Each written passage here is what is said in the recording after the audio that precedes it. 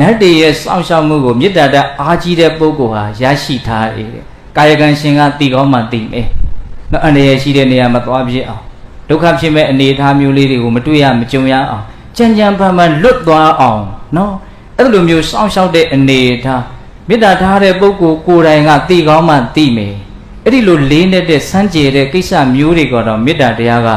ဖြစ်ပွားစေတဲ့အနေအထားမျိုးမှာရှိတယ်ဆိုတာမြတ်စွာဘုရားမြင်လို့ပြောထားတာပေါ့နော်မေတ္တာအားကြီးလို့ရှိရင်မနုဿာနံပိယောဟောတိကိုဝင်းကျင်ကလူတွေရဲ့ချစ်ချင်းမေတ္တာကိုလွယ်ကူကူရနိုင်အမနုဿာနံပိယောဟောတိတဲ့လူမဟုတ်တဲ့တခြားသောတရားဝါအကုန်ပဲတိရစ္ဆာန်တွေရောနတ်တွေရောနတ်မှာကောင်းတဲ့နတ်မကောင်းတဲ့နတ်အကုန်လုံးပေါ့လေအမနုဿဟုတ်လားအဲ့ဒီလူမဟုတ်တဲ့တခြားသောတရားဝါတွေရဲ့မေတ္တာကိုလည်းလွယ်လေးရနိုင်ဟုတ်လားဒေဝတာနာရခန္တိနတ်တွေရဲ့ကာကွယ်စောင့်ရှောက်မှုကိုလည်းရနိုင်တယ်လို့ခေါ်တယ်အဲ့တော့ဘုန်းဘုန်းတို့ရဲ့ဘဝမှာဘေးတွေအန္တရာယ်တွေဖြစ်နေတယ်ဆိုတာကတတိချာချာအနှစ်ထုတ်ပြီးတော့ဘုန်းဘုန်းတို့စဉ်းစားကြည့်မယ်ဆိုရင်ဘေးတွေကဘယ်ကလာတဲ့ဘေးတွေကများလဲလို့မင်းလူချင်းချင်းစီကလာနေတဲ့ဘေးတွေပဲများလူတွေဟာဘယ်သူ့ကိုကြောက်ရတော့အဓိကလူတွေကိုပဲကြောက်ရလူချင်းချင်းနှိပ်စက်နိုင်တယ်လူချင်းချင်းဒုက္ခပေးနိုင်တယ်လူချင်းချင်းပဲဘုန်းဘုန်းတို့တွေဟာတကယ်တမ်းကဘာလို့နေရလဲသတိထားနေရဟုတ်လားအဲ့တော့လူကကိုယ့်ကိုချစ်တယ်ဆိုရင်ဒီလူကြောင့်ကိုကဒုက္ခရောက်เสียဘေးဖြစ်เสียအကြောင်းမရှိလူကကိုယ့်ကိုဒုက္ခပေးတယ်ဆိုအဲ့ဒီလူကကိုယ့်ကိုမုန်းလို့ပေါ့ဟုတ်လားတကယ်လို့နတ်ကကိုယ့်ကိုဒုက္ခပေးတယ်ဆိုရင်အဲ့ဒီနတ်ကကိုယ့်ကိုမုန်းလို့ပေါ့ကိုယ်သာမေတ္တာအားကြီးမယ်ဆိုရင်အဲ့ဒီလူတွေနတ်တွေကကိုယ့်ကိုမုန်းမှာမဟုတ်မမုန်းဘူးဆိုလို့ရှိရင်ဘေးတွေအန္တရာယ်လည်းတွေ့တဲ့အကြောင်းမရှိတော့ဟုတ်တယ်မဟုတ်လားစဉ်းစားကြည့်နော် तू ကဒုက္ခပေးခြင်းနဲ့စိတ်ကိုပဲမပေါ်တော့တဲ့အတွက်ကြောင့်သူ့ရဲ့လုံခြုံမှုဟာမှတကယ်ကိုပဲအာကိုတိုက်တာဘုန်းဘုန်းတို့ဟာတော်ကြီးတွေခတ်ထားတယ်ချမ်းစီဦးတွေကြီးလှုပ်ထားတယ်ခိုးကြီးတွေမွေးထားတယ်ဟာအဆောင်တွေချထားတယ်ဆိုတာဟောဒုက္ခပေးခြင်းတဲ့လူကအမြဲတမ်းစောင့်နေတာလစ်တာနဲ့ तू ကလုံမှာပဲလေဟုတ်လားအဲ့တော့ तू ဘလောက်ပဲလုံခြုံအောင်စောင့်နိုင်မှလည်းပြောနေနော်အခွင့်အခါနော်မပေးလို့ဟိုကဒုက္ခမပေးရတာပဲရှိတယ်အခွင့်အခါတင့်တာနဲ့ဝင်မှာပဲဟောဒုက္ခပေးခြင်းတဲ့စိတ်ကိုကလှမ်းပြီးတော့တားဆီးထားတာမှမဟုတ်ဖဲကိုမေတ္တာတရားကဒုက္ခပေးခြင်းတဲ့စိတ်ကိုပဲလှမ်းပြီးတော့တားဆီးထားတာဖြစ်တဲ့အတွက်ကြောင့်သူ့ကြောင့်ယဉ်ငြိမ်းရခြင်းကသာလေပို့ပြီးတော့စိတ်ချပေါ်ရရှိတယ်။ဒါကြောင့်မြတ်စွာဘုရားကကုလသုတ်တံမှာယောက်ျားသားများပြီးတော့မိန်းမသားနေတဲ့အိမ်ကိုလူဆိုးတစ်ခုတွေဝင်နှိပ်စက်ဖို့ဆိုတာမလွယ်ဘူးတဲ့။နော်အဲ့လိုပဲလူတစ်ယောက်မှာမေတ္တာတရားအားကြီးပြီးတော့ဒေါသအားနေတယ်ဆိုရင်အမနုဿတကူရှိတဲ့နတ်တွေကတော့သူ့ကိုနှိပ်စက်ဖို့မလွယ်ဘူးတဲ့။လူချင်းချင်းမပြောနဲ့နော်။မိမသားများပြီးတော့ယောက်ျားသားနေတဲ့အိမ်ဆိုရင်တော့လူတို့တစ်ခုတွေဝင်ပြီးတော့နှိပ်စက်ဖို့လွယ်တယ်တဲ့ဟုတ်လားအဲ့လိုပဲဒေါသအာကြီးပြီးတော့မေတ္တာအားနေတဲ့ပုဂ္ဂိုလ်ရဲ့တန်တန်ဆိုလို့ရှိရင်တော့အမနုဿတွေနှိပ်စက်ဖို့အတွက်လွယ်တယ်လို့အဲ့လိုဥမာပေးတာရှိဟုတ်လားဒါမေတ္တာတရားရဲ့အပြင်ဘက်ကယန္တွေကိုကာကွယ်နိုင်တဲ့ရှိပုံကိုမြတ်စွာဘုရားဟောပြပုံကလေးဟုတ်လားဒါကြောင့်မေတ္တာတရားရဲ့စွန့်ရည်တတ္တိတွေကိုဘုန်းဘုန်းတို့အများကြီးလေ့လာကြရမယ်ကြင်ဖန်များဆိုလဲစဉ်းစားကြည့်တဲ့နေဒါမှဘုန်းတို့မေတ္တာကိုပို့ပြီးတော့ပို့ပြစ်မယ်ပေါ့နော်မေတ္တာကိုပို့ပြီးတော့အားကိုးပြစ်မယ်ပေါ့ဟုတ်လားစိတ်ပြည့်စရာတွေစိတ်ပူစရာတွေစိုးရင်စရာတွေငိုစရာတွေတော့ဒါတွေမတွေ့ကြပါစေနဲ့မကြုံကြပါစေနဲ့ဒီစိတ်ကူးလေးဘုန်းကြီးတို့မှာရှိရမယ်ဒါကြောင့်မေတ္တာပို့တော့မယ်မေတ္တာစိတ်ထားကလေးကိုယ်တန်တာမှာဖြစ်အောင်လုပ်တော့မယ်ဆိုလို့ရှိရင်အဓိကဘေးရန်ကင်းပါစေကျမ်းမာပါစေစိတ်ချမ်းသာပါစေဒီ၃ချက်နော်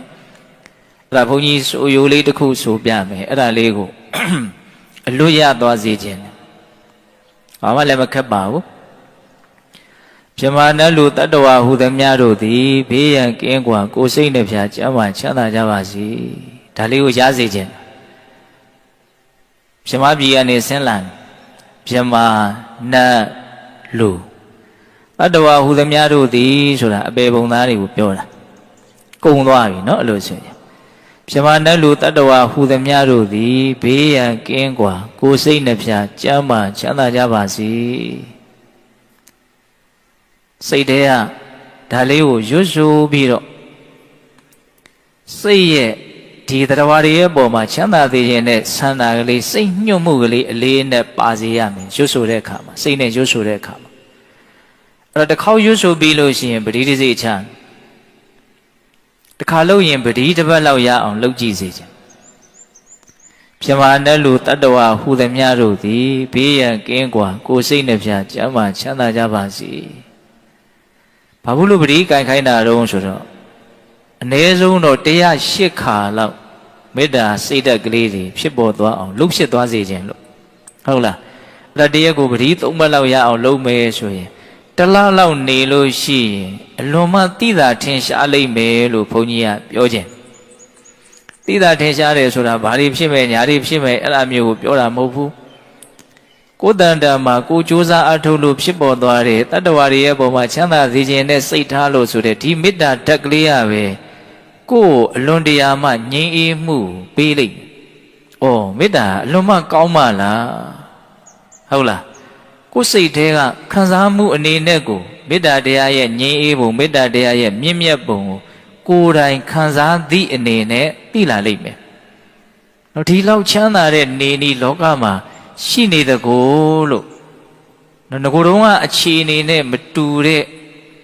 ထူးခြားချက်ပေါ့ကိုယ်တန်တာမှာဖြစ်မဲ့ထူးခြားချက်ကိုကိုယ်တိုင်ပဲဖန်တီးရမယ်ကိုယ်တိုင်ပဲရှာဖွေရကိုပြောင်းလဲဖို့မြင့်မြတ်တဲ့ဘက်မှာပြောင်းလဲဖို့ကြိုးစားတာလို့လည်းဒီလိုလဲဘုန်းကြီးကနားလည်စေခြင်းတယ်နော်ဒါကြောင့်ခံယူချက်ကြီးကြီးနဲ့လှုပ်ကြည့်စေခြင်းတယ်ဘာလို့ဆိုဒီမေတ္တာဓာတ်ကိုယ်တန်တာမှာဒီမေတ္တာစိတ်ထားလေးကိုယ်တန်တာမှာဖြစ်ပေါ်အောင်ကြိုးစားခြင်းဟာ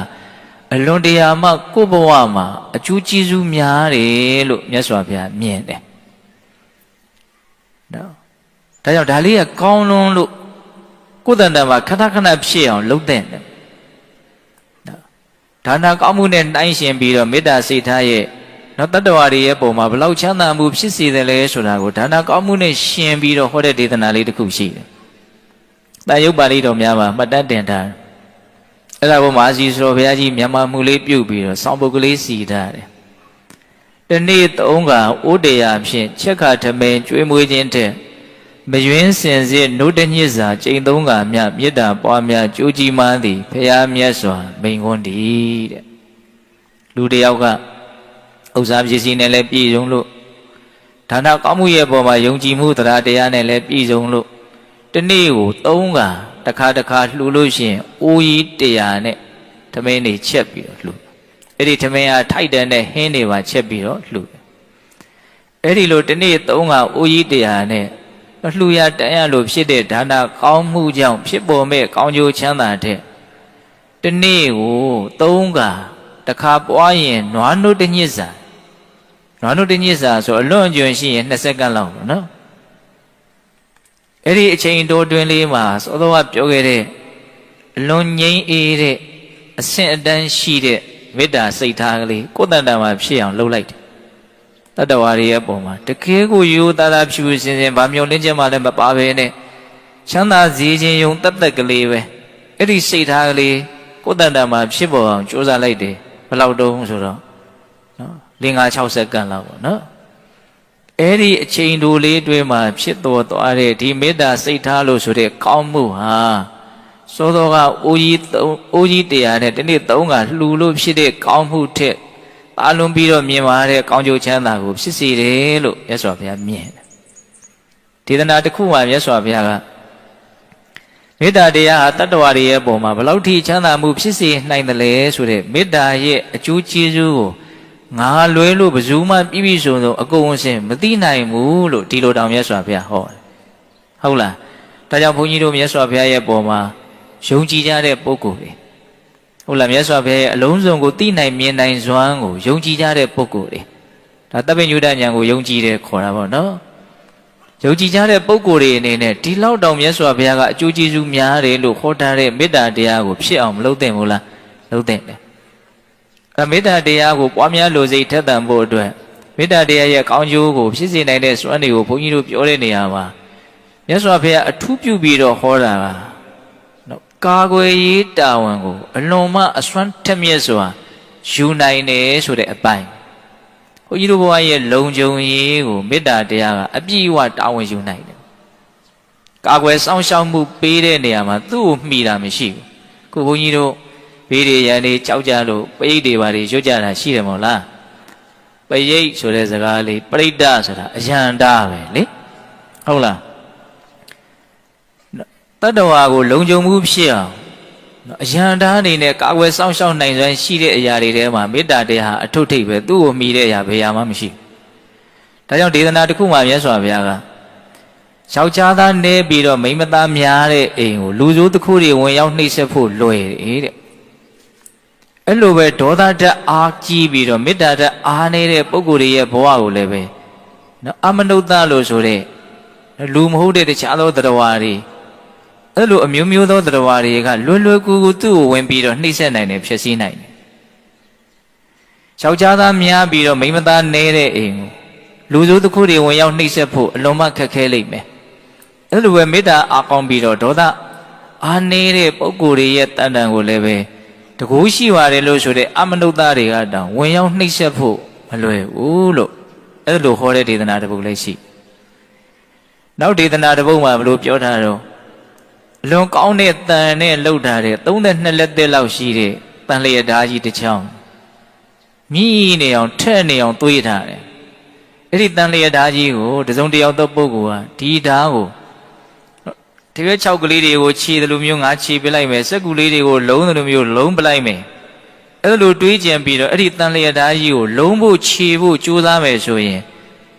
အဲ့ဒီကြိုးစားတဲ့ပုဂ္ဂိုလ်ရဲ့လက်သေးသားလည်းအပိုင်းပိုင်းပြတ်သွားလိမ့်မယ်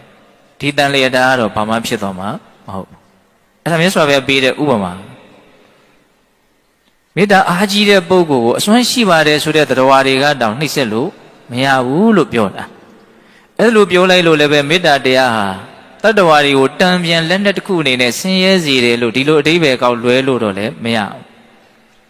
မေတ္တာတရားကသူ့ကိုဆင်းရဲသွားစေတာမဟုတ်သူထားတဲ့စိတ်စေတနာသူ့ရဲ့အပြုမူပါပဲသူ့ကိုပြန်ပြီးတော့ဆင်းရဲစေသွားတာဥပမာဘုန်းကြီးတို့နံရံကိုဘောလုံးနဲ့ပြစ်ပေါက်လိုက်မယ်ဆိုလို့ရှိရင်အဲ့ဒီဘောလုံးဟာပြန်ကန်ပြီးတော့ထွက်လာမယ်ဖြစ်ပေါက်တဲ့လူအားဆိုင်တာကြီးရင်ကြီးသလောက်ပြန်ကန်ထွက်တဲ့အရှင်ကလည်းပိုပြင်းသွားမယ်နော်တာတာလေးပြင်းရင်တာတာလေးပဲပြန်လာမယ်ပြင်းပြင်းထန်ထန်ပြင်းရင်ပြင်းပြင်းထန်ထန်ကိုပြန်လာမယ်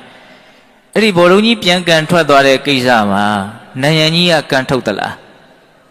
နယံကြီးကအလွန်မှငြိမ်တယ်နော်တဆန်ကြီးလေးလောက်တောင်မလှုပ်ဘူးအဲ့ဒီငြိမ်သက်မှုကပဲဒုက္ခပေးခြင်းတဲ့ပုံကိုယ်တွေအတွက်ကြောက်စရာကောင်းတဲ့အင်အားဖြစ်နေတာအဲ့ဒီငြိမ်သက်မှုကပဲအင်အားဖြစ်နေတာမြင်တတ်ဖို့လိုရနော်ဘောလုံးကဘာလို့ပြန်ကန်ထွက်သွားတော့သူ့ပြစ်အားနဲ့သူ့သဘာဝနဲ့သူပြန်ကန်ထွက်သွားတာဘောလုံးပြန်ကန်ထွက်သွားအောင်နိုင်ရဟာဘာမှကြိုးစားအထောက်မှုမရှိဘူးဥပမာအားဖြင့်တဲ့ဟောဒီလောကကြီးမှာရေဆိုတဲ့သဘာဝတရားနော်ဥဒကနာမရေဆိုတာဟာတဲ့ကလျာဏိပါမကေဇနေကောင်းမြတ်တဲ့ပုဂ္ဂိုလ်ကိုပဲဖြစ်ဖြစ်ယုံညံ့တဲ့ဆိုးဝါးတဲ့ပုဂ္ဂိုလ်တွေကိုပဲဖြစ်ဖြစ်တမန်ဖရတိတိတေနညီတူညီမျှပဲအေးချမ်းစေတယ်တဲ့ရေမှာမျက်နှာလိုက်တယ်ဆိုတာမရှိဘူးလူကောင်းကိုပဲဖြစ်ဖြစ်လူဆိုးကိုပဲဖြစ်ဖြစ်တူညီစွာပဲအေးစေတယ်ဒါရေရဲ့သဘာဝပေါ့နော်တမန်ဖရတိတိတေနပြီးတော့ဗာပြောတော့ဆိုတော့ဘဝဟေတိရဇောမလံတူညီစွာပဲအညစ်အကြေးကိုတန်ရှင်းစေတယ်စင်ကြယ်စေတယ်တဲ့ဘယ်သူပဲစေကြောအညစ်အကြေးကိုပြောင်းစင်စေတဲ့နေရာမှာရေမှာမျက်နှာလိုက်တယ်ဆိုတာမရှိဘူးနော်ဘယ်သူပဲချိုးအေးချမ်းမှုကိုဖြစ်စေတယ်ကြည်လင်မှုကိုတန်ရှင်းမှုကိုဖြစ်စေတယ်ဆိုတာညီတူညီမျှပဲတဲ့ရေရဲ့သဘာဝဟုတ်လားအဲ့ဒါကိုဘုရားလောင်းတော်ကောင်းကြီးကမေတ္တာပါရမီကိုကျင့်သုံးဖို့သူ့ကိုယ်သူဆုံးမတဲ့နေရာမှာဥပမာပေးပြီးတော့ဆုံးမတာအဲ့လိုရေဟာလူဆိုးလူကောင်းမရွေးညီတူညီမျှအေးချမ်းစေတယ်လို့အငြိအကျေးကိုပြောင်းရှင်းတန့်ရှင်းစေတယ်လို့သင်ဟာလည်းပဲမေတ္တာတရားကိုကိုယ့်ရဲ့အကျိုးစီးပွားကိုအလိုရှိတဲ့ပုဂ္ဂိုလ်ရဲ့အပေါ်မှာပဲဖြစ်ဖြစ်ကိုယ့်ရဲ့အကျိုးစီးပွားကိုအလိုမရှိကြတဲ့ရန်သူလို့ဆိုကြတဲ့ပုဂ္ဂိုလ်ရဲ့အပေါ်မှာပဲဖြစ်ဖြစ်တူညီစွာထားနိုင်မယ်ဆိုလို့ရှိရင်အဲ့ဒီလိုမေတ္တာတရားကိုသင်ဟာညီမျှစွာကျင့်သုံးနိုင်မယ်ဆိုလို့ရှိရင်သင်ဟာတပ္ပညုတဉာဏ်ကိုရလို့ဘုရားရှင်စေဧကံဖြစ်လိမ့်မယ်တဲ့ဒါကိုဘုရားလောင်းတော်ကောင်းကြီးကတထေဝတွန်ပိဟိတာဟိတေတမမေတ္တာယဘာဝယမေတ္တာပါရမိတံကန္တဝတံဘောဓိပါပုနိတတိတဲ့နော်တထေဝတွန်ပိဟိတာဟိတေဟိတာဆိုတာကိုယ့်ရဲ့အကျိုးစီးပွားကိုလိုလားကြတဲ့ပုဂ္ဂိုလ်တွေအဟိတဆိုတာကိုယ့်ရဲ့အကျိုးစီးပွားကိုမလိုလားကြတဲ့ပုဂ္ဂိုလ်တွေနော်ကိုယ်ကိုကောင်းစေခြင်းတဲ့လူကိုယ်ကိုမကောင်းစေခြင်းတဲ့လူလောကကြီးမှာလူကတော့အမျိုးမျိုးမရှိနိုင်ဘူးလားနောက်ကိုယ်ပေါ်မှာကောင်းစေခြင်းတဲ့လူတွေရှိတယ်လို့မကောင်းစေခြင်းတဲ့လူတွေရှိတာပဲဟုတ်တယ်မဟုတ်လားဒါကတရားဓမ္မတို့အရင်တို့ဘလို့မှတားလို့ရတဲ့ကိစ္စမဟုတ်ဒါကလည်းပဲကိုချင်းစာကြည့်ပေါ်လေကိုလည်းပဲ နော်သူတို့ရဲ့ကြိုးစည်းဝါကိုလိုလားတဲ့ပုံကိုယ်တွေရှိတယ်လို့သူတို့ရဲ့ကြိုးစည်းဝါကိုလည်းမလိုလားဘူးဆိုတာတွေလည်းရှိတာပဲလူတိုင်းရဲ့ပုံမှာကိုလည်းပဲကြိုးစည်းဝါလိုလားပြီးတော့နေတာတော့မဟုတ်ကိုလည်းပဲသူတို့ရဲ့ကြိုးစည်းဝါကိုမလိုလားဘူးဆိုတာရံပန်းရံကရှိတတ်တာပဲမဟုတ်လားအေးဒါကြောင့်တယောက်ကိုတယောက်အကျိုးစီးပွားလိုလားတဲ့အကျိုးစီးပွားမလိုလားဘူးဆိုတာတွေကတော့ရှိနေကြမှာပါပဲဟုတ်လားဒါကိုကကြေပြက်ပြက်နားလည်ပြီးတော့ကိုယ့်ဘောကောင်းတဲ့စိတ်တွေထားတာမကောင်းတဲ့စိတ်တွေထားတာဒါသူတို့ရဲ့အပိုင်းကဏ္ဍဒါသူတို့ရဲ့နော်အနေအထားဟုတ်လားအေးကိုကမေတ္တာထားရမှာကဘာလို့ဆိုတော့ကိုယ့်ရဲ့အပိုင်းဒါကိုနားလည်ထားဖို့လိုတာပေါ့ဟုတ်လားဒါကြောင့်ပိဿပေါင်းသူတော်ကောင်းတို့ဒီဥမာလေးကအလွန်တရာမှမှတ်သားစရာမကောင်းဘူးလားကောင်းတယ်နော်ရေရဲ့တဘာဝနဲ့မေတ္တာရဲ့တဘာဝကိုထပ်တူထပ်မြတ်ထပ်ပြီးတော့ဥမာပေးတာနော်တူညီစွာပဲအေးချမ်းတယ်လို့တူညီစွာပဲတန်ရှင်းစင်ကြယ်စီတယ်လို့ကိုယ့်ရဲ့မေတ္တာတရားကိုလည်းပဲရန်သူပုံမှာပဲဖြစ်ဖြစ်မိတ်ဆွေပုံမှာပဲဖြစ်ဖြစ်မုန်းတီးတဲ့လူတွေရဲ့ပုံမှာပဲဖြစ်ဖြစ်ချစ်ခင်နှစ်သက်တဲ့လူတွေရဲ့ပုံမှာပဲဖြစ်ဖြစ်တူညီစွာထားနိုင်ဖို့မလုပ်ကြမလို့ကြိုးစားကြရမယ်ပေါ့အဲ့ဒါကဘုရားလောင်းတော်ကောင်းကြီးမေတ္တာပါရမီနဲ့ပတ်သက်ပြီးတော့ဥပမာပေးပြီးတော့ကျင့်သုံးဖို့ဆုံးမတော်မူတဲ့အချက်ပေါ့နော်အဲ့တော့ဦးဇင်းတို့ဒီကနေ့ညမေတ္တာပါရမီနဲ့ပတ်သက်ပြီးတော့ဘာတွေပြောသွားဖို့စီစဉ်ထားလဲဆိုတော့မေတ္တာတရားဆိုတာဘာလဲဒါလေးကိုအရင်ပြောမယ်ပေါ့နော်ပြီးတော့မေတ္တာတရားကိုပွားများခြင်းစိတ်ထက်သန်လာအောင်မေတ္တာတရားကိုအားကိုးခြင်းစိတ်ထက်သန်လာအောင်နော်မေတ္တာတရားတွေပို့ပြီးတော့ပွားများဖြစ်အောင်မေတ္တာတရားရဲ့အကျိုးကျေးဇူးများနော်မေတ္တာတရားကိုကြိုးစားအထောက်မှုမရှိလို့အမျက်ဒေါသတွေထွက်လဲတဲ့အတွက်ကြောင့်အမျက်ဒေါသတွေဖြစ်မယ်ဆိုရင်တော့အမျက်ဒေါသရဲ့အပြစ်အနာစာတွေဆိုတာကိုလည်းပဲနားလည်ပြီးတော့အမျက်ဒေါသမဖြစ်အောင်ကြိုးစားရမယ်ပေါ့ဦးဇင်းတို့ဝိသုဒ္ဓိမေထဲမှာပြောထားတာလေးတစ်ခုရှိတယ်မေတ္တာတရားကိုပွားများကြမယ်ပုဂ္ဂိုလ်တွေဟာဒေါသရဲ့အပြစ်ကိုလည်းနားလည်ရမယ်မေတ္တာရဲ့အကျိုးကျေးဇူးတွေကိုလည်းနားလည်ရမယ်နှစ်ခုလုံးနားလည်ဖို့လိုတယ်နော်မေတ္တာရဲ့ဆိုးဝါးတဲ့နော်အကျိုးဆက်တွေကိုဖြစ်စေဒေါသရဲ့ဆိုးဝါးတဲ့အကျိုးဆက်တွေကိုဖြစ်စေတဲ့အပိုင်းကိုလည်းပဲကြည်ကြပြန့်ပြန့်နားလည်ဖို့လိုတယ်ပေါ့အဲ့ဒါလိုပဲမေတ္တာတရားရဲ့ကြီးမားတဲ့အကျိုးကျေးဇူးတွေကိုလည်းပဲသိမြင်နားလည်ဖို့လိုတယ်ဒါမှဆိုးဝါးတဲ့ဒေါသကိုမိမိတဏ္ဍာမှာမဖြစ်အောင်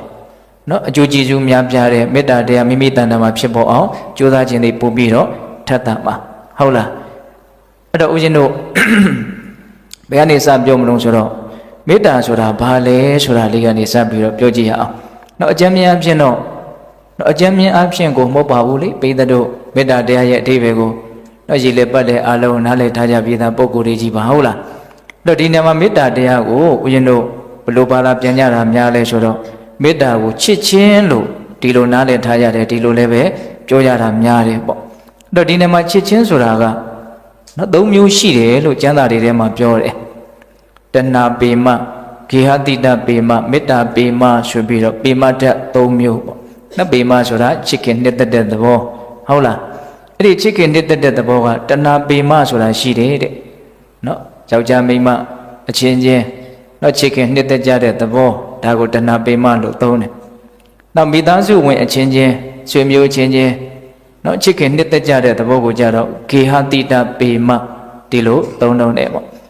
နောက်တတ္တဝါမှန်သမျှရဲ့အပေါ်မှာကောင်းကျိုးချမ်းသာကိုလိုလားတဲ့သဘောနဲ့ဘာမျှော်လင့်ခြင်းမှမထားဘဲနဲ့တတ္တဝါတွေရဲ့အပေါ်မှာနော်ချစ်ခင်နှစ်သက်မြတ်နိုးတဲ့သဘောကိုကြတော့မေတ္တာပေမလို့ဒီလိုသုံးတယ်ခုဒီနေ့ပြောမှာကအဲ့ဒီမေတ္တာပေမရဲ့အကြောင်းကိုပြောမှာပေါ့အဲ့တော့မေတ္တာတရားဆိုတာဘာတော့ဆိုရင်ရိုးရိုးရှင်းရှင်းလွယ်လွယ်လေးနဲ့ထိထိမိမိမှတ်သားထားကြဖို့ရာကမေတ္တာဆိုတာတတ္တဝါတို့ရဲ့ကောင်းကျိုးချမ်းသာကိုလိုလားတဲ့သဘောလို့ဒီလိုမှတ်ရဒါပဲမေတ္တာဆိုတာတတ္တဝါတွေရဲ့ကောင်းကျိုးချမ်းသာကိုလိုလားတာတတ္တဝါတွေဆိုတာကကိုယ်အပါဝင်ပုံတွေအကုန်လုံးသောတတ္တဝါတွေဟာကောင်းခြင်းကြတယ်ချမ်းသာခြင်းကြတယ်ကောင်းကျိုးတွေလည်းရခြင်းကြတယ်ချမ်းသာမှုနဲ့လည်းပြည့်စုံခြင်းကြတယ်ဒါတတ္တဝါတို့ရဲ့ပင်ကိုယ်စိတ်အခြေခံတောင့်တမှုပေါ့နော်အဲ့တော့ကိုချင်းစာပြီးတော့ငါလည်းပဲကောင်းကျိုးချမ်းသာတွေရခြင်းနေအဲ့ဒါလိုပဲတတ္တဝါတွေကလည်းကောင်းကျိုးချမ်းသာကိုရခြင်းကြတယ်ဆိုတာကိုနားလည်ပြီးတော့တတ္တဝါတွေလိုလားတောင့်တတဲ့အဲ့ဒီကောင်းကျိုးနဲ့ချမ်းသာရရှိသွားကြပါစေလို့နောက်စိတ်ထဲကအဲ့ဒါလိုလေးညှွတ်ပေးတာကိုဒါမေတ္တာပို့တယ်မေတ္တာပွားတယ်လို့ခေါ်တာပါပဲဟုတ်ရဲ့လားအဲ့တော့မေတ္တာဆိုတာတတ္တဝါပညာကိုအာယုံပြုရတယ် နော်တတ္တဝပညာကိုအာယုံပြုတ်ပြီးမှမေတ္တာဆိုတာဖြစ်လို့ရတာဘယ်တတ္တဝချမ်းသာပါစေဆိုတဲ့သဘောဟုတ်ရဲ့လားအဲ့ဒီနေရာမှာများသောအားဖြင့်မြတ်စွာဘုရားကအာယုံယူလို့လွယ်အောင်နော်အရှိရမှာရှိကြတဲ့တတ္တဝအနန္တနော်ကိုယ်ရည်ချမ်းသာခြင်းစိတ်ရည်ချမ်းသာခြင်းနဲ့ပြည့်စုံပြီးတော့နှလုံးစိတ်ဝမ်းငြိမ်းအေးပါစေနော်ဒေါသခတ်သိမ်းငြိမ်းအေးပါစေဆင်းရဲခတ်သိမ်းငြိမ်းအေးပါစေမကောင်းတာမှန်သမျှဘာမှမဖြစ်ဖဲနဲ့ကောင်းတာတွေဖြစ်ကြပါစေလို့စိတ်ထဲကအဲ့ဒါလို့ညှို့ပြီးတော့စိတ်စေတနာပုတ်လွတ်ပေးမယ်ဆိုရင်ဒါဘာလုပ်နေတယ်လို့ခေါ်တော့မေတ္တာပွားနေတယ်လို့ခေါ်တာဟုတ်လားအဲ့ဒါပိဋကပေါင်းတော်ကောင်းတို့မေတ္တာဆိုတာဘာလဲဆိုရင်ဒါပဲเนาะခုပြောခဲ့ပြီမေတ္တာဆိုတာတတ္တဝါတို့ရဲ့ကောင်းကျိုးချမ်းသာကိုလိုလားတဲ့သဘောဘာမျှော်လင့်ချက်မှမပါဘူးเนาะတက်ကောင်းစားသွားစေခြင်းတာချမ်းသာသွားစေခြင်းတာချမ်းသာသွားစေခြင်းယုံကလေးပဲဘာမှညှိကပ်တွေ့တာလည်းညှိကပ်တွေ့တာလည်းမပါဘူးကိုယ့်အတွက်ဘာမှမျှော်လင့်ချက်လည်းမရှိဘူးတက်ကောင်းစားစေခြင်းနဲ့စိတ်အလွန်မွန်မြတ်တဲ့အလွန်အဆင့်အတန်းရှိတဲ့စိတ်ကလေးပေါ့ဒါကိုကကြိမ်ဖန်များစွာဒီစိတ်ကလေးကိုဖြစ်အောင်အထုတ်မယ်ဆိုရင်အဲ့ဒီစိတ်ကလေးကအလွန်မွန်မြတ်ပြီးတော့အလွန်အစွမ်းတတိထက်တဲ့အတွက်ကြောင့်အဲ့ဒီစိတ်ကလေးရှိနေတဲ့အချိန်တိုင်းမှာအဲ့ဒီစိတ်ရှိနေတဲ့ပုဂ္ဂိုလ်ဟာအလွန်အေးချမ်းတယ်အလွန်ငြိမ်းချမ်းတယ်အဲ့ဒီမေတ္တာတရားရဲ့နော်စောင့်ရှောက်မှုမေတ္တာတရားရဲ့အကျိုးပေးမှုကိုလည်းပဲအဲ့ဒီပုဂ္ဂိုလ်ဟာခံစားရတယ်တော့ပြောချင်တာကမေတ္တာပို့မယ်ဆိုလို့ရှိရင်အပုခံတဲ့တတ္တဝါတွေချမ်းသာတာမချမ်းသာတာကနောက်တကဏ္ဍမေတ္တာပို့တဲ့ပုဂ္ဂိုလ်မှာအဲ့ဒီမြင့်မြတ်တဲ့စိတ်ဖြစ်နေတဲ့အတွက်ကြောင့်သူကိုယ်တိုင်ကတော့မေတ္တာရဲ့အကျိုးကျေးဇူးကိုသိကြပေါက်ခံစားရတယ်ဒါသဘောပေါက်ရဲ့လားအေးဒါမေတ္တာရဲ့သဘောလေးကိုပြောပြတာအဲ့တော့အဲ့ဒီမေတ္တာတရားကိုအားကိုးခြင်းစိတ်ပေါက်အောင်မေတ္တာတရားကိုပွားများခြင်းစိတ်ပေါက်အောင်ဦးဇင်းတို့ဆက်ပြီးတော့ဗာပြောမလဲဆိုတော့ဒေါသရဲ့အပြစ်နဲ့မေတ္တာရဲ့အကျိုးဒါကိုပြောမယ်ပြီးလို့ရှိရင်ဦးဇင်းတို့ဝလပနာတပါဠိတော်မှာလာရှိတဲ့ကကစုပမသုတ်တံဆိုတာကြီးကိုလည်းပြောခြင်းသေးတယ်မေတ္တာတရားနဲ့ပတ်သက်ပြီးတော့အလွန်ပြောစရာကောင်းတဲ့သုတ်တံကြီးပေါ့အဲ့တော့ဒီကနေ့ဦးဇင်းတို့မေတ္တာပါရမီနဲ့ပတ်သက်ပြီးတော့ပြောမဲ့တရားစကားတွေကအားလုံးပိဋကပေါင်းသူတော်ကောင်းတို့ကြာဘူးနာဝရှိပြီးသားတရားတွေကြီးပဲအသေးအဆန်းတစ်ခုမှမပါအောင်ဒါပေမဲ့လို့အကုန်လုံးမေတ္တာတရားနဲ့ပတ်သက်ပြီးတော့စွစွစီစီလေးတော့သိကြပါစေဆိုတဲ့စိတ်ကလေးနဲ့ပဲဒါဦးဇင်းတို့ပြောတာပါပိဋကတို့ကိုမသိသေးဘူးထင်လို့ပြောပြတဲ့အပိုင်းမဟုတ်ဘူး။အောင်ဆိုအဲ့ဒီတရားတွေအကုန်လုံးကဟောပြောလဲအလွန်များကြတယ်မှတ်သားမှုလည်းရှိထားကြပြီးသားဟုတ်ရဲ့လား။ဒါပေမဲ့အကုန်လုံးတစုတစည်းတဲ့အစီအစဉ်ကြတော့ဆက်ပြီးတော့နားထောင်ရလို့ရှိရင်တမျိုးအသိဉာဏ်မတိုးနိုင်မိဘူးလားတိုးနိုင်တယ်ဟုတ်လားဒါကြောင့်မေတ္တာတရားရဲ့အပေါ်မှာပို့ပြီးတော့အာကိုလိုစိတ်ပွားများလိုစိတ်ထက်သန်လာအောင်ဦးဇင်းတို့မေတ္တာရဲ့ဆန့်ကျင်ဘက်မေတ္တာမရှိဘဲနဲ့ဒေါသတွေကြီးနေမယ်ဆိုရင်တော့ဘလို့ဆိုးကျိုးတွေရနိုင်တယ်ဆိုတာလေးကိုနှလုံးသွင်းဖြစ်အောင်ဒေါသရဲ့အပြစ်ကိုအရင်စပြောနော်အတော်ဦးဇင်းတို့အင်္ဂုတ္တပါဠိတော်တတ္တကနိပ္ပမကောဋ္ဌနသုတ်တံဆိုတာရှိတယ်အဲ့ဒီသုတ်တံလေးကိုလွန်ခဲ့တဲ့နှစ်ကဦးဇင်းတို့ကျင့်ဖန်များစွာဟောဘူးတယ်ပေါ့နော်ယန္တုအကြိုက်လိုက်ကြမှာလားဆိုတဲ့တရားကအဲ့ဒီသုတ်တံလေးကိုကြည်ပြီးတော့ဟောတာဟုတ်လားအဲ့ဒီသုတ်တံမှာမြတ်စွာဘုရားကအမျက်ဒေါသရဲ့အပြစ်ကိုစိတ်ဝင်စားဖွယ်ကောင်းအောင်ဟောပြထားတာဘလို့ဟောပြထားလဲဆိုတော့ယဟန်တို့တဲ့ဟောဒီလောကကြီးမှာအချင်းချင်းမုန်းတီးနေကြတဲ့ယန္တုတွေဟာနော်တယောက်ကိုတယောက်နော်သူတို့ဖြစ်စေခြင်းတဲ့ဆန္ဒတွေရှိတယ်တဲ့မုန်းနေတဲ့ယန္တုတွေဟာကိုယ့်အပေါ်မှာသူတို့ဖြစ်ခြင်းတဲ့မကောင်းတဲ့အလိုဆန္ဒရှိတယ်တဲ့ယန္တုတွေဟာကိုယ့်အပေါ်မှာသူတို့ဘာတွေဖြစ်စေခြင်းလဲဆိုရင်သူတို့ဖြစ်စေခြင်းတဲ့အချက်က9ချက်တောင်ရှိတယ်တဲ့အဲ့ဒီယန္တုတွေဖြစ်စေခြင်းတဲ့ကိုယ့်အပေါ်မှာယန္တုတွေကဖြစ်စေခြင်းနေတဲ့အဲ့ဒီမကောင်းတဲ့အချက်တွေကိုဒေါသတရားကဖြစ်အောင်ဖန်တီးလိမ့်မယ်တဲ့အဲ့ဒီယန္တုကြီးကဒါရိုက်လာပြီးတော့ဖန်တီးဖို့ဆိုတာတိတ်မလွယ်ဘူးတချို့ကိစ္စတွေဖြစ်တော့မဖြစ်နိုင်အောင်ဒါပေမဲ့လို့ယန္တုဖြစ်စေခြင်းနဲ့အဲ့ဒီမကောင်းတဲ့အကျိုးတွေကတော့အမျက်ဒေါသကဖြစ်အောင်ဖန်တီးလိမ့်မယ်ဖန်တီးနိုင်တယ်လို့အဲ့ဒါလိုနေတန်းချီပြီးတော့ဟောတာအဲ့တော့ယန္တုတွေကကိုယ့်ကိုဘာဖြစ်စေခြင်းတာတော့ဆိုလို့ရှိရင်နံပါတ်1ယန္တုတွေကကိုယ့်ကိုရုပ်ဆင်းအင်ကကြီးကြီးလင်းလင်းတန်တန်ရှင်းရှင်းတင့်တယ်ရှိတာကိုသူတို့မမြင်ခြင်းဘူးမကြည့်ခြင်းဟုတ်လားရုပ်ပြည့်ဆင်းပြည့်ကြီးဖြစ်နေတာကိုသူတို့သဘောကျတယ်။နောက်ဆူဆူပုတ်ပုတ်နဲ့စိတ်တိုင်းမကြတဲ့ပုံကြီးနဲ့ဟုတ်လားကိုယ့်ရဲ့ပုံကြီးကြည့်မကောင်းတာကြီးဆိုသူတို့ကကြိတ်ပြီးတော့ဝမ်းသာတယ်။ဟုတ်လားအေးအဲ့ဒီလိုယန္တုတွေလိုချင်တဲ့ယန္တုတွေဖြစ်စီခြင်းနဲ့အဲ့ဒီမကောင်းတဲ့အကျိုးဟာယန္တုတွေကတော့ကိုယ့်ကိုဓာတ်လိုက်ရုပ်ကြီးပြတ်သွားအောင်သူတို့မလုံးနိုင်ဘူး။သို့တော့ကိုယ့်ရဲ့ဒေါသကတော့ကိုယ့်ကိုရုပ်ပြတ်အောင်လုံးနိုင်တယ်။သဘောပေါက်ရဲ့လား။အဲ့ဒါလိုဟောတာမြတ်စွာဘုရားဘယ်လောက်စိတ်ဝင်စားတဲ့အကောင်းနော်။ဒါကြောင့်ယန္တုတွေဖြစ်စီခြင်းနဲ့နော်ဒီအချက်9ချက်ကိုအမျက်ဒေါသကဖြစ်စေလိမ့်မယ်အဲ့ဒါကိုဦးဇင်းတို့နော်အချင်းချုပ်ပြီးတော့ နောက်မှတ်ရလွယ်အောင်ညောင်လေးပင်တို့ကဆိုတော့ရေးတဲ့ဆောင်းပုဒ်ကလေးရှိတယ်အယုတ်ဆိုးစီတွေ့စီဆင်းရဲကိုကျိုးနေ၍ပြက်ကွဲစည်းစိမ်ချွေရန်မိန်လျက်မိတ်ဆက်ပြက်လက်အပေဖြစ်ခုနှစ်ရန်သူကြားဟိတဲ့ဒီဆောင်းပုဒ်ကလေးရရင်အဲ့ဒီသုတ်တံဟာနှုတ်ထဲမှာတိုးပြီးသားလို့ဖြစ်သွားမယ်လွယ်လွယ်လေးပဲနော်အယုတ်ဆိုးစီတွေ့စီဆင်းရဲကိုကျိုးနေ၍ပြက်ကွဲစည်းစိမ်ချွေရန်မိန်လျက်မိတ်ဆက်ပြက်လက်အပေဖြစ်ခုနှစ်ရန်သူကြားဟိတဲ့ရန်သူတွေကြိုက်တဲ့ရန်သူတွေဖြစ်စီခြင်းတဲ့အချက်ကြီး9ချက်နံပါတ်1ရုပ်ဆင်းရဲကပျက်စီးခြင်းအဲ့ဒါဒေါသကဖြစ်စီနိုင်တယ်တရားဓမ္မတို့ဦးဇင်းတို့ရဲ့ရုပ်ရည်ဒါဘာမှနားမလည်နိုင်စရာမရှိဘူးဒေါသထွက်လာပြီဆိုရင်ရုပ်ကတော့ဆိုးတော့တာပဲပင်ကဘလောက်ပဲလှနေကြည့်လို့ကတော့မကောင်းတော့ဘူးသူဟာကနော်ဒါကတော်တော်ကိုကြောက်စရာကောင်းတဲ့အနေအထားတစ်ခုကိုဖန်တီးလိုက်တာအဲ့တော့ဒေါသဟာဆိုးရတဲ့အနေအထားရှိတယ်ဆိုတာကိုနော်ဒီဒေါသကတူကိန်းနေတဲ့အချိန်မှာဒီရုပ်ရည်ကိုပြုတ်ပြင်လိုက်တာကိုကြည်ချင်းအဖြစ်ကိုမထင်ရှားဘူးလားထင်ရှားတယ်ပူလောင်တဲ့ပုံရှုပ်ထွေးတဲ့ပုံညှဉ်းနှွမ်းတဲ့ပုံဒါရက်တန့်ပြီးတော့ပေါက်သွားတာကြက်သေးမရှိမင်္ဂလာမရှိအဲ့တိုင်ကြီးဖြစ်သွားတာဟုတ်လားဒါကြောင့်ဒီအပြစ်ကိုမျှော်ပြီးတော့လည်းပဲမြင်ပြီးတော့လည်းပဲဒေါသမဖြစ်အောင်ကြိုးစားရမယ်ပေါ့အယုတ်ဆိုးစီတွေ့စီဆင်းရဲတဲ့ဟောရန်သူတွေကကိုယ့်အပေါ်မှာဒီလူစင်းနေရဲနေရရင်ကောင်းမှာပဲလို့သူတို့တောင်းတတယ်နော်အိတ်တဲ့ခါမှပဲဖြစ်ဖြစ်နေတဲ့ခါမှဖြစ်ဘယ်ခါမှဖြစ်ဆင်းရဲနေရင်သူတို့သဘောကျတယ်အဲ့ဒါကိုယ့်ကိုအဲ့လိုကြီးဆင်းရဲနေအောင်ရန်သူတွေကတကယ်တမ်းကတော့မလုံနိုင်ဘူးဒါပေမဲ့လို့ကိုယ့်ရဲ့ဒေါသကတော့ကိုယ့်ကိုဆင်းရဲနေအောင်လုံနိုင်နေတဲ့အိတ်လည်းမချမ်းသာဘူးဒိုင်းလည်းမချမ်းသာဘူးသွားလည်းမချမ်းသာဘူးဘာလုံနေလို့မှမချမ်းသာဘူးဒေါသရှိနေတယ်ဒါကြောင့်တချို့ဒေသနာတွေထဲမှာဒေါသကိုယောဂာနဲ့ဥမာပေးတာရှိတယ်အနာယောဂာနဲ့ဥမာပေးတယ်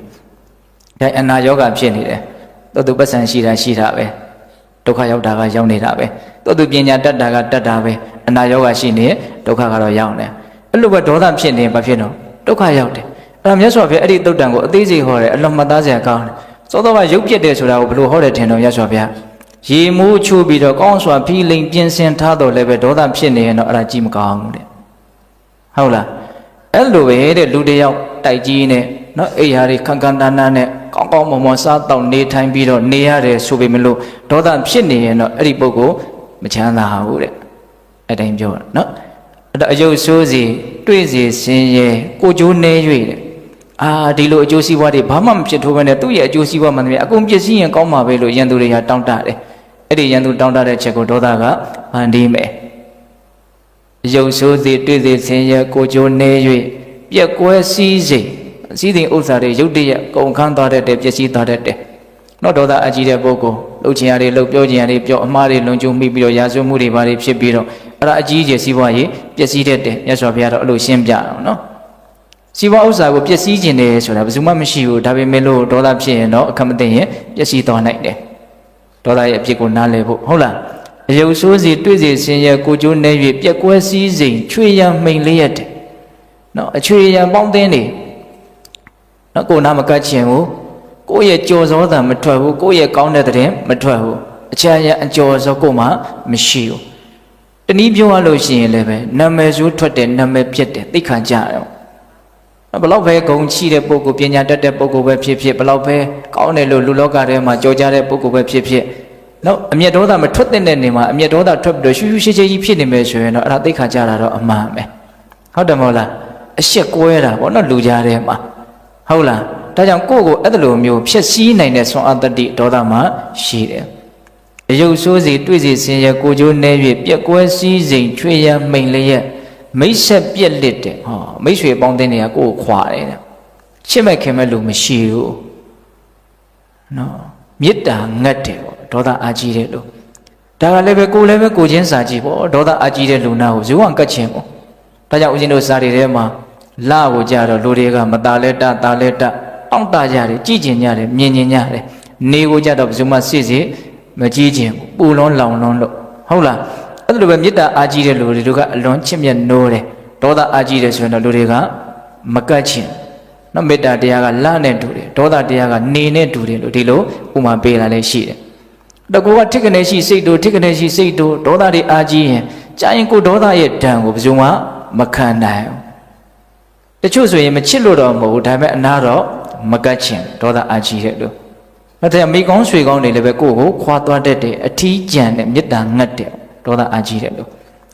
့သူတို့ဒီကမေတ္တာမရလဲဘာဖြစ်တုံးလို့တော့ မာမာနနဲ့ပြောတော့ပြောကြတာပဲဒါပေမဲ့မေတ္တာမရခြင်းတဲ့လူဆိုတာမရှိပါဘူးမေတ္တာရရင်အလွန်သဘောကျတယ်ဘာကိုရတာနဲ့မှမတူဘူးလို့တောင်ဆိုခြင်းတယ်လူတယောက်ကကိုယ့်ကိုတကယ်ကိုကောင်းစေခြင်းနဲ့ကိုယ့်ပေါ်မှာသူကစိတ်ကောင်းနှလုံးကောင်းတကယ်ရှိပြီးတော့ကိုယ့်ပေါ်မှာနင်းနေထွေထွေမေတ္တာစိတ်ထားနိုင်တယ်ဆိုတော့သိရရင်ဘလောက်စိတ်ထဲမှာအားရှိတော့ဟုတ်တယ်မဟုတ်လားအေးဒါကြောင့်မေတ္တာအားကြီးရင်အဲ့လိုအကျိုးတော့ရနိုင်တယ်သို့တော့ဒေါသအားကြီးရင်တော့အဲ့ဒါနဲ့စန့်ကျင်ဘက်ပဲနော်မိတ်ဆွေအပေါင်းအသင်းတစ်ဖြည်းဖြည်းရှားသွားမယ်အထီးကျန်သွားမယ်ပေါ့နော်အယုတ်ဆိုးစီတွေ့စီဆင်းရဲကိုကြိုးနေ၍ပြက်ကွဲစည်းစိမ်ကျွေးရမိန်လျက်မိတ်ဆက်ပြက်လက်အပေဖြစ်ဟောတကယ်မုန်းပြီဆိုလို့ရှိရင်သေတာတောင်မှဒီလူအပေလေးပုံကြာရင်ကောင်းမှာပဲလို့တောင်းတချို့တောင်းတတယ်တဲ့ဒါလည်းမတောင်းတအောင်ပြောနေနော်တချို့နော်အဝီစီကြပါစေဆိုတော့သူ့တောင်းကြတာတောင်းရှိတယ်မဟုတ်လားရှိရနော်တကယ်မုန်းပြီဆိုတော့နော်ဟုတ်တယ်မဟုတ်လားနော်ကြင်ညာဆိုကြတာတွေမရှိဘူးလားဘာမှမတတ်နိုင်တဲ့အခါကျတော့ကိုင်းသေရင်ရုံညံ့တဲ့ဘဝရောက်သွားပါစေလို့ဒီလိုတောင်းတကြတာရှိတယ်အဲ့တော့ဘလောက်ပဲအစွမ်းထက်တဲ့ရန်သူပဲဖြစ်ဖြစ်သူဘလောက်ပဲကိုကိုမုံမုံအပင်ငရဲကြအောင်တော့သူမချနိုင်သူဘာမှတတ်နိုင်တဲ့ကိစ္စမဟုတ်ဒါပေမဲ့လို့အဲ့ဒီလူဖြစ်စေခြင်းနဲ့ဒီလောက်ခက်ခဲတဲ့ကိစ္စကိုဒေါသကတော့ဖန်တီးနိုင်တယ်ရန်သူတွေထဲမှာကြောက်စရာအကောင်းဆုံးရန်သူလို့တောင်ပြောလို့မရဘူးလားရတယ်နော်ဒါကြောင့်အပေလေးပုံကိုရောက်သွားစေခြင်းနဲ့ရန်သူတွေရဲ့ဆန္ဒကိုဘယ်သူမှဖြည့်ဆည်းပေးမှာဒေါသဖြည့်ဆည်းပေးမှာဒါစဉ်းစားပါနော်ဒေါသရဲ့မကောင်းတဲ့အချက်တွေကိုပုံပေါ်အောင်ရသော်ဘုရားကအဲ့ဒါလိုမျိုးဟောတာဒါကြောင့်ပိဋကပေါင်းတော်ဒေါသရဲ့အဖြစ်ကိုအ ਨੇ ဆုံးအဲ့ဒီ9ချက်လောက်တော့နားလည်ထားဖို့မလိုဘူးလားနောက်တခြားသောဒေသနာတွေထဲမှာအများကြီးပြောထားတာတွေရှိပါတယ်ဒေါသနဲ့ပတ်သက်ပြီးတော့ဒါပေမဲ့ဦးဇင်းတို့ပြောစရာအကြောင်းအရာတွေကအလွန်များတဲ့အတွက်ကြောင့်ဒေါသရဲ့အဖြစ်ကိုဒီလောက်နဲ့ပဲရက်ကြရအောင်ဟုတ်လားအဲ့တော့ဦးဇင်းတို့ဘာဆက်ပြီးတော့ပြောမလို့ဆိုတော့မေတ္တာရဲ့အကျိုးကျေးဇူးမေတ္တာရဲ့အကျိုးကျေးဇူးကိုအတိတာမြင်တာတွေများလေးလေးမေတ္တာတရားရဲ့ပုံမှာပို့ပြီးတော့အကုလိုစိတ်ထက်သန်လာတယ်ပို့ပြီးတော့ပွားများလိုစိတ်ထက်သန်လာမယ်ပေါ့ဟုတ်လားအဲ့တော့ဒီနေ့မှာမေတ္တာတရားနဲ့ပတ်သက်ပြီးတော့ဦးဇင်းတို့ဣတိယပါဠိတော်မှာမေတ္တာဘာဝနာသုတ်တံဆိုပြီးတော့သုတ်တံလေးတစ်ပုဒ်မှတ်တမ်းတင်ထားတာရှိတယ်အဲ့ဒီသုတ်တံမှာဘာပြောထားတုံးဆိုတော့နက္ခတ်တွေကျယ်တွေရဲ့အယောင်တွေထဲမှာလရောင်ကအကြီးကဲဆုံးပဲတဲ့အလွန်မိုးနိုင်ဆုံးပဲလရောင်ကိုပဲနက္ခတ်ရဲ့အယောင်ကမှမမီဘူးအဲ့ဒါလိုပဲဦးဇင်းတို့နော်လောကီဘဝတွေမှာဖြစ်စေတတ်တဲ့ဘဝတမ္ပတိဘောဂတမ္ပတိအကျိုးကျေးဇူးတွေကိုဖြစ်စေတတ်တဲ့ပုံညကရိယာကုသိုလ်တွေထဲမှာမေတ္တာဆိုတဲ့ကုသိုလ်ကိုမှီတဲ့ကုသိုလ်တခုမှမရှိဘူးတဲ့စဉ်းစားနော်ဘဝကိုဖြစ်စေတတ်တဲ့ပုံညကရိယာကုသိုလ်တွေထဲမှာမေတ္တာကုသိုလ်ကိုမှီတဲ့ကုသိုလ်တခုမှမရှိဘူးဒါကြောင့်ဦးဇင်းတို့အလွန်နာမည်ကျော်ကြားတဲ့ဟောပြောချက်တစ်ခုပေတတို့ကြားဦးမှာပါပုံညံဘိက္ခဝေမာဘာယိဋ္ဌယဟန်တို့ကောင်းမှုကိုမကြောက်ကြကုန်နဲ့ကောင်းမှုဆိုတာချမ်းသာဒုက္ခရဲ့နာမည်လို့ဟောတာလူတိုင်းကြားဘူးတယ်မဟုတ်လားကြားဘူးနော်အဲ့ဒီမှာဏိဒမ်းမှာအဲ့ဒီစကားလေးခြီးပြီးတော့ဟောတာကအဲ့ဒါလည်းမေတ္တာသုတ်တံမှာပဲဟောတာအဲ့ဒါမြတ်စွာဘုရားကသူ9နှစ်လောက်မေတ္တာဘာဝနာကိုဇွဲနဲ့ပွားများတယ်အဲ့ဒါကြောင့်မလို့သူ့ရဲ့ဒီမေတ္တာရဲ့အစွမ်းကြောင့်ရရှိတဲ့အကျိုးကျေးဇူးတွေကိုမြတ်စွာဘုရားအများကြီးဟောပြတာနော်ဒီဩကာသလောကကြီးပြည့်စည်သွားတဲ့အခါမှာသူဟာအဘတ္တရာဗြဟ္မာဘုံကိုရောက်သွားတယ်တဲ့အဲ့ဒီမေတ္တာရဲ့အစွမ်းကြောင့်နော်အဲ့ဒီအဘတ္တရာဗြဟ္မာဘုံကနေပြီးတော့ရစည်းလာပြီဆိုတော့ဘယ်ရောက်တော့ဆိုတော့မဟာဗြဟ္မာကြီးဖြစ်တယ်တဲ့လွှမ်းမိုးနိုင်တယ်သိနိုင်တယ်မြင်နိုင်တယ်ပထမဇန်ဘုံမှာမဟာဗြဟ္မာကြီးဖြစ်တယ်တဲ့အဲ့ဒီကနေနောက်တရားမင်း36ကြိမ်နဲ့နောက်ဒုဒ္ဒလက်နဲ့မဆောင်မဲနဲ့နော်ဒီကဘာလောကရကြီးကိုအစိုးရတဲ့ပိုင်းနဲ့နိုင်တဲ့စัจ မင်းစัจဝရမင်း36ကြိမ်နဲ့အဲ့လိုမျိုးဖြစ်တယ်ဆိုတော့ရသော်ဘုရားဟောပြတာအဲ့ဒီမေတ္တာတရားကို9နှစ်လောက်ပွားများခြင်းကြောင့်ရရှိတဲ့အကျိုးဆက်ပေါ့နော်အဲ့ဒါကိုရည်မှန်းပြီးတော့ရည်ရွယ်ပြီးတော့ကောင်းမှုဆိုတာကြောက်เสียမဟုတ်ဘူးကောင်းမှုဆိုတာချမ်းသာဒုက္ခရဲ့နာမည်ကြိုးစားပြီးတော့အထောက်ကြရမယ့်အရာတစ်ခုသာဖြစ်တယ်ဆိုတာကိုပေါ်လွင်အောင်မြတ်စွာဘုရားပြောတာတော့ဒီနေ့မှာဦးဇင်းတို့မေတ္တာတရားရဲ့ကောင်းကျိုးချမ်းသာတွေထဲမှာထင်ထင်ရှားရှားဟောပြထားတဲ့ဒေသနာတစ်ခုကမေတ္တာအကျိုး17မျိုးဆိုပြီးတော့ဧကတတနိဗ္ဗာန်အင်္ဂုတ္တပါဠိတော်မှာလာရှိတဲ့သုတ်တံပဲအဲ့ဒါလေလူတိုင်းမှတ်သားဖို့တယ်မဟုတ်လားနော်အိနိုးချမ်းသာကောင်းစွာအိမ်မဲ့ချစ်လျက်လူနဲ့စောင်းလက်နှံများစိတ်မိသားတို့ရှောင်ရှားကိုမှာလျင်စွာစိတ်တည်ရွှင်ကြီးမျက်နှာတေကမတွေ့လှလေပြမှာ17ဖြာသည်မေတ္တာပွားမှုအကျိုးတွေရလာဒီလင်္ကာလေးတွေရလာဒါမျိုးလေးတွေရအောင်နှုတ်ထဲမှာဆောင်းထားတဲ့အိနိုးချမ်းသာတဲ့နော်မေတ္တာတရားအားကြီးတဲ့ပုဂ္ဂိုလ်မေတ္တာတရားပွားတဲ့ပုဂ္ဂိုလ်အဲ့ဒီမှာတော့ဦးဇင်းတို့မေတ္တာစေတောဝိမု ക്തി ကိုတဲ့အာတိဝိဒါယဘာဝိဒါယဘူလိကဒါယ ယာနိကတဝုထုကတအနုဋ္ဌိတပရိရှိတသုတ္တမရတ္တကောင်းစွာကိုယ်တန်တမှာတီးနေအောင်နော်အရန်သင့်ဖြစ်အောင်ကြိုးစားတာပေါ့နော်မော်တော်ကားကိုဆက်နှိုးထားသလိုမျိုးမေတ္တာကိုအမြဲတမ်းကြိုက်တဲ့အချိန်မှာပို့လိုက်ရင်ကြိုက်တဲ့အချိန်အရန်သင့်ဖြစ်အောင်အဲ့လောက်ထိမေတ္တာကိုပိုင်အောင်နိုင်အောင်လုပ်ထားမယ်ဆိုရင်တဲ့အခုပြောတဲ့အကျိုးကျေးဇူး17မျိုးရမယ်အကျိုးကျေးဇူး17မျိုးကဘာတွေတော့အိမ်နိုးချမ်းသာအိတ်တဲ့ခါမှာလည်းချမ်းချမ်းသာသာအိမ်ရနိုးတဲ့ခါမှာလည်းချမ်းချမ်းသာသာနိုးရတယ်ဒုက္ခံသုပတိဒုက္ခံပฏิပုဇ္ဇတိတဲ့နော်ချမ်းချမ်းသာသာအိမ်ရတယ်ချမ်းချမ်းသာသာနိုးရတယ်ဒါကလည်းပဲဒီခေတ်မှာအပူတွေအလောင်တွေများတော့ချမ်းချမ်းသာသာအိပ်ရတယ်ချမ်းချမ်းသာသာနိုးရတယ်ဆိုတာကလူတိုင်းမရဘူးเนาะမစားရလို့မဝတ်ရလို့စီးပွားရေးမပြည့်စုံလို့မဟုတ်ဘူးဟုတ်လားအမျိုးမျိုးသောစိတ်ကိုနှိမ့်ဆက်တဲ့ပူလောင်မှုတွေကြောင့်မို့လို့ဒီတော်ကောင်းကောင်းမအိပ်ရဘူးကောင်းကောင်းမနိုးရဘူးပူလောင်လောင်အိပ်ရတယ်ပူလောင်လောင်နိုးရတယ်အဲ့ဒီလိုအနေထားဆိုးတွေလွတ်ပြီးတော့ချမ်းချမ်းသာသာအိပ်စေရတယ်ချမ်းချမ်းသာသာနိုးထားရတဲ့အနေထားမျိုးကိုရကျင်နေဆိုရင်ဘာလို့အောင်တော့မေတ္တာအားကြီးအောင်ကြိုးစားရမယ်နော်အိမ်နိုးချမ်းသာကောင်းစွာအိမ်မက်ဟောအိမ်မက်ကောင်းမက်တယ်တဲ့မေတ္တာအားကြီးတဲ့လို့စန့်ကျင်ဘက်အပြင်မေတ္တာအားမကြီးဘူးဆိုရင်တော့အိမ်မက်ဆိုးတွေမက်နိုင်တယ်ဘဝရဲ့အနားယူတဲ့အချိန်လေးလို့ဆိုရမယ်အိတ်တဲ့အချိန်မှာတော့မှမေတ္တာမရှိဘူးဆိုရင်ဒီပုဂ္ဂိုလ်ချမ်းချမ်းသာသာအိမ်မက်ကောင်းလေးတွေမမက်ရတဲ့အတွက်ကြောင့်ကောင်းကောင်းတော့မနာရဘူးဆိုတဲ့အနေအထားမျိုးကိုမရောက်ဘူးလားရောက်တယ်နော်အိမ်နိုးချမ်းသာကောင်းစွာအိမ်မက်ရှစ်လျက်လူနဲ့ဟောမနုဿာနံပိယောဟတိအမနုဿာနံပိယောဟတိနော်လူသားတွေရဲ့ချစ်ခင်မြတ်နိုးမှုကိုယ်ဝန်းကျင်မှာရှိတဲ့လူတွေရဲ့ချစ်ခင်မြတ်နိုးမှုနှစ်သက်မှုလေးစားမှုဒါကိုမေတ္တာတဲ့အားကြီးတဲ့ပုဂ္ဂိုလ်တွေလွယ်လွယ်လေးရနိုင်တယ်ဟုတ်လားပြီးတော့နတ်တွေရဲ့ချစ်ခင်နှစ်သက်မြတ်နိုးမှုကိုလည်းရနိုင်တယ်မေတ္တာရှိနေတဲ့ပုဂ္ဂိုလ်မေတ္တာအားကြီးတဲ့ပုဂ္ဂိုလ်ကိုစိတ်သက်ခြင်းခိုက်တဲ့သဘောမျိုးလို့လည်းအကျဉ်းမြင်နားလည်လို့ရတယ်ဟုတ်လားချစ်လျက်လူနဲ့ပြီးတော့ပါတယ်တော့စောင်းလက်နဲ့များတဲ့ဒေဝတာနာရခန္တိနတ်တည်းရဲ့စောင့်ရှောက်တာကိုမေတ္တာအားကြီးတဲ့ပုဂ္ဂိုလ်ဟာရရှိတယ်စောင်းလက်နဲ့များစိတ်မီးဓာတ်တို့ရှောင်ရှားကိုမှာဟောအစိတ်တမီးတွေဓာတ်တွေအစရှိတဲ့လက်နဲ့တို့ကြောင့်ဒီပုဂ္ဂိုလ်ဒုက္ခရောက်เสียအကြောင်းမရှိဘူးမေတ္တာအားကြီးနေတဲ့အချိန်မှာမေတ္တာလက်ရှိနော်ရှိနေတဲ့အချိန်မှာ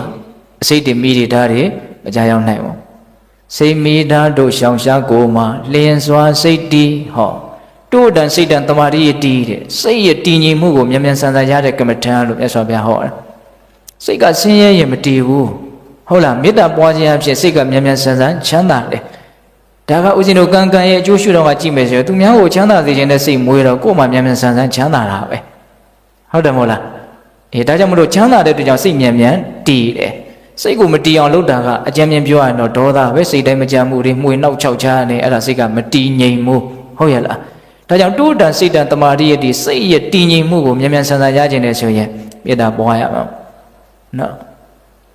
်အိမ်နိုးချမ်းသာကောင်းစွာအိမ်မက်ချစ်လျက်လူနဲ့စောင့်လက်နှံ့များစေမိတတ်တို့ရှောင်ရှားကိုမှာလျင်စွာစိတ်တည်ရွှင်ကြီးမျက်နှာမုခဝန္နဝိပတိရတိတဲ့မေတ္တာအားကြီးတဲ့ပုဂ္ဂိုလ်ရဲ့မျက်နှာအလွန်မှကြည်လင်နေ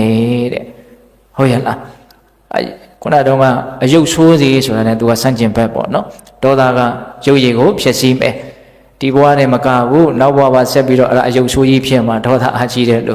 နော်မေတ္တာအားကြီးတဲ့လူကအခုတင်ကြည်ကောင်းတာမဟုတ်ပြီးရင်လည်းပဲပို့ပြီးတော့ကြည်ကောင်းတဲ့အနေထားတရက်ကိုဖန်တီးအောင်မှာဒါကရုပ်ရည်လှပဖို့အတွက်ကံတရားကိုထူထောင်နေရလဲရောက်တယ်သဘောပေါက်ရဲ့လားဒီကံတရားနဲ့ပတ်သက်ပြီးတော့ဦးဇင်းကတော့အလွန်ကပြောခြင်းနေတယ်ပြောခြင်းတော့ပြောလိုက်အောင်မယ်ဟုတ်လား